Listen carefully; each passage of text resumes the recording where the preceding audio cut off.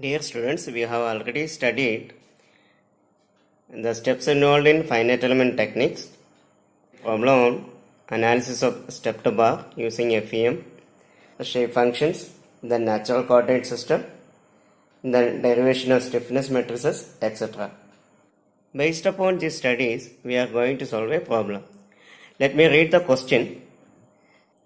The Cartesian coordinates of an one-dimensional element are x1 is equal to 400 mm, x2 is equal to 600 mm, cross-sectional area of the element is 1000 mm square. This element is, otherwise this structure is subjected to an axial loading. Due to that, the displacement at node 1, which is u1, is equal to 0.5 mm, and at node 2, which is u2, is equal to 1 mm. The Cartesian coordinate of an arbitrary point P is xi is equal to 500 mm. We have to calculate the displacement at point P, the strain and stress in the element, then element stiffness matrix K, and strain energy U. So the data given for the problems are Cartesian coordinate of left node x1 is equal to 400 mm, Cartesian coordinate of right node x2 is equal to 600 mm. Then the Cartesian coordinate of point P, which is xi, is equal to 500 mm. Area of cross section of the element A is equal to 1000 mm square. It is also given that displacement at node 1, which is u1 is equal to 0.5 mm, displacement at node 2, u2 is equal to 1 mm. From this, the length of the element L is equal to x2 minus x1, which is equal to 600 minus 400, which is equal to 200 mm. And also Young's modulus is also given, E is equal to 2 into 10 raised to 5 Newton per mm square. So based upon the data given, a schematic diagram has been drawn here. So this is the one-dimensional element, this is node 1, this is node 2. And also the Cartesian coordinates are given. So this is the Cartesian coordinate. The Cartesian coordinate at node 1, x1 is equal to 400 mm. At node 2, x2 is equal to 600 mm. Okay. And we have considered an arbitrary point P, and there the Cartesian coordinate is xi, which is 500 mm. The displacement at node 1, u1 is equal to 0.5 mm. The displacement at node 2, u2 is equal to 1 mm. And the length of the element we can calculate, L is equal to this 600 minus 400.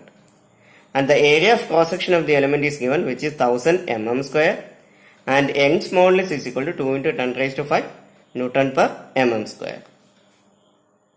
So first of all, we have to calculate the displacement at point P, which is an arbitrary point, and it is indicated by and the displacement is indicated by UP. So we know that displacement at any point U is equal to N1 U1 plus N2 U2, where N1 and N2 are the shape function, U1 and U2 are the non-nodal parameters, where this N1 is equal to 1 minus x by L and N2 is equal to x by L. In this x is the distance of the arbitrary point from the left end. X is equal to xi minus x1, where xi is the Cartesian coordinate of the arbitrary point, minus x1. x1 is the Cartesian coordinate of the left node, that is 500 minus 400, which is equal to 100. And the length of the element is 200. Therefore, the displacement UP is equal to, so N1 U1 plus N2 U2. So here it is 1 minus x by L. Okay, 1 minus x by L. So you have to substitute 1 minus x is the 100 divided by L, which is 200. That into 0.5 plus x by L. Okay, x by L. That is 100 by 200 into N2 U2. So U2 it is given 1. So on substituting these values, you will get the displacement at point P, UP is equal to 0.75 mm. So next is the stress in the element. Okay. So we know that sigma is equal to E into epsilon. E is the Young's modulus, sigma is the stress, and epsilon is the strain, where strain is equal to du by dx. But you know U is equal to N1 U1 plus N2 U2, which is equal to N1 N2 into column matrix U1 U2.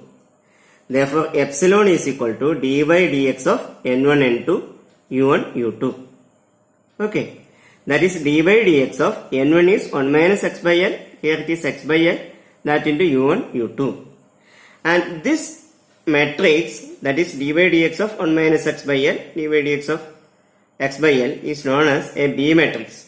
Okay, so B into U, where B is equal to minus 1 by L into 1 by L, that into here U1 U2, so 0.51. So on multiplying this one, you will get the final strain is equal to 0.0025. Okay. So we found the strain, and from that strain we can find out the stress is equal to E into epsilon, that is stress strain relation. So E is given 2 into 10 raised to 5, that into epsilon we already found out 0.0025, and on multiplying that one you will get 500 Newton per mm square. Okay, next we have to formulate the element stiffness matrix. So we know that the element stiffness matrix for a one-dimensional element K is equal to AE by L into 1 minus 1 minus 1 1. You substitute the values for this AE by L, and on substituting that values you will get it is 10 raised to 6 into 1 minus 1 minus 1 1, which is Newton per mm. Okay. So next we have to find out the strain energy. Okay. So we know that the expression for strain energy is equal to U is equal to half into integral, that is only integral sigma transpose epsilon dV. But sigma is equal to E into epsilon. But this epsilon is equal to B into U. So you substitute that in the this expression, that is U is equal to half into integral V E into B into U transpose epsilon dV. Okay, that is half into U into integral V U transpose, that is B into U transpose, that is U transpose B transpose. Then this epsilon is replaced with BU into dV. And we already studied in a conservative system, this strain energy is equal to work done. That is, if you are considering an one-dimensional element where the force at node 1 is F1, force at node 2 is equal to F2, and displacement at node 1 is U1, and displacement at node 2 is equal to U2, then work done is equal to F1 U1 plus F2 U2, which is equal to matrix F1 F2 U1 U2. Okay, you are considering the total force, that is half of into U1 U2.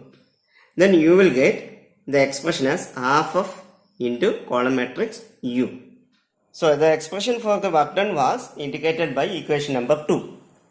So now we are equating the equation number 1 and 2. So one is the expression for the strain energy, and second one is the expression for the work done.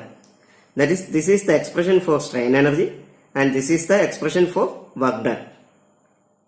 Okay, so we have to equate these two. Here this half can be cancelled from both, that is cancelling half from both sides, and also cancelling U from both sides. So here we are having U here. From that we will get F is equal to integral V U transpose B transpose E B dV. Force F is equal to K into U transpose. This expression also we have studied in another video. So while we deriving the stiffness matrix for one-dimensional element transpose, that is K into U transpose is equal to this is expression U transpose into V into B transpose E B dV. Okay. So here also U transpose, here also U transpose. Therefore, this term will be the expression for stiffness matrix. Okay. So K is equal to integral, volume integral B transpose E B dV. So we have the strain energy equation. U is equal to half into integral volume integral U transpose B transpose E B U dV. Okay, this can be modified as this half into U transpose into integral V B transpose E B dV into U. Okay, so half into this U transpose, this expression we written as K, that into U. So half into U transpose K U. Okay, you can either derive this expression or simply remember this strain energy is equal to half into U transpose K into U. Now you substitute the values for this U and K. So half into, for that is U transpose, you will get, normally U is equal to column matrix U1 U2, but U transpose, that is why it is 0.5, that is U1, this U2 is equal to 1, that into 10 raised 6 into 1 minus 1 minus 1 1 into then U 0.5 1. So on multiplying and manipulating this one, you will get the value as 1.25 into 10 raised to 5 Newton meter, which is the strain energy. And finally, the highlights are, you have to find out the displacement at an arbitrary point. Therefore, U is equal to N1 U1 plus N2 U2. Using this expression, you can find out the displacement at any point. Okay. And also next question is, you have to find out the stress. So you are having the relation sigma is equal to E into epsilon, but epsilon is equal to B into U. So for this B matrix, you substitute the value, and also for the non-nodal parameters, you will get the expression, you will get the value for strain. Then from that stress strain relation, you can find out the value for stress. And also for the stiffness matrix, K is equal to AE by L into 1 minus 1 minus 1 1. And for the strain energy, you have to by heart this expression, that is U transpose K U. So I hope you understood how to solve this problem. Thank you for your listening. Thank you all.